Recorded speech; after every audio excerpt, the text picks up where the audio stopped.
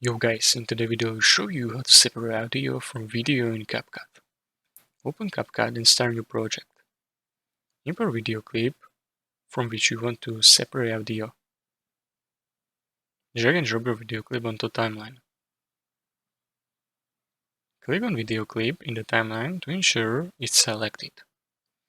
Now right click on the selected video clip and in the context menu that appears, look for an option like extract audio or similar theme and click on it.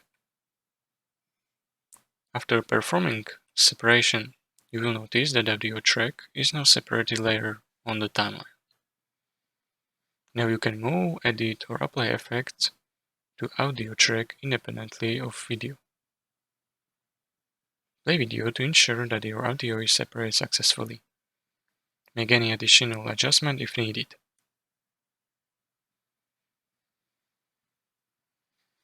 Once you are satisfied with edits, you can export a video.